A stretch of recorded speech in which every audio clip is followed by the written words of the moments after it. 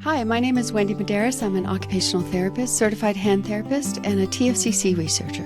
And I'm Jan Scholes, biokineticist and passionate TFCC researcher, and we'd like to welcome you to the TFCC podcast.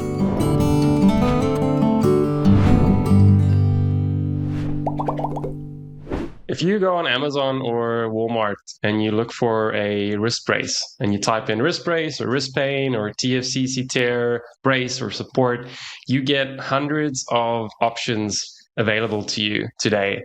What makes the WristWidget different or special for someone with a TFCC tear? 20 years of experience making them and selling them and getting feedback from them. And, most of the wrist braces that are on the market have compression to the ulna head. Even the bullseye have compression to the ulna head. The cheaper Chinese versions last, a week. I mean, you can do this with some tape.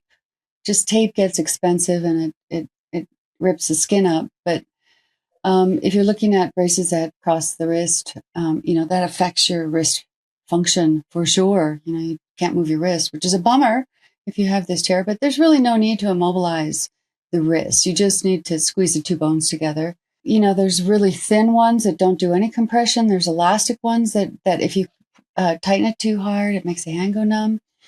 The main difference is 20 years of making and testing and getting feedback from people who have this injury and slowly improving it. Yeah. So 20 years of research and development on the WristWidget.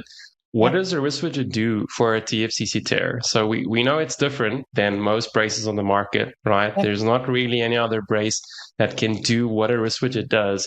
So what exactly does it do? It just squeezes the two bones together that the TFCC attaches to.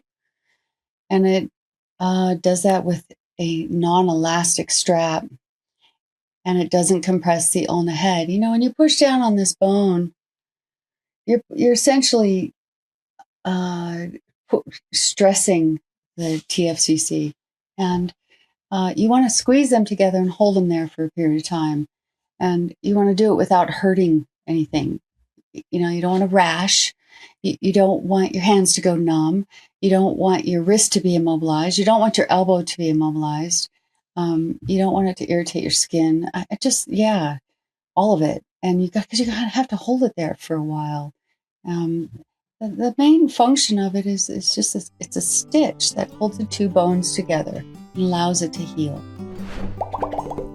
That's a wrap for today's conversation. If you are a first-time listener or if you're an existing member of our TFCC and ulnar-sided wrist pain community, thank you.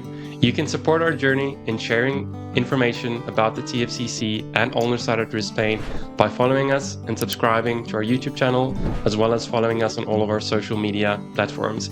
If you have a specific question that you would like us to answer, please feel free to reach out to info@wristwidget.com. We thank you and we look forward to seeing you in the next episode.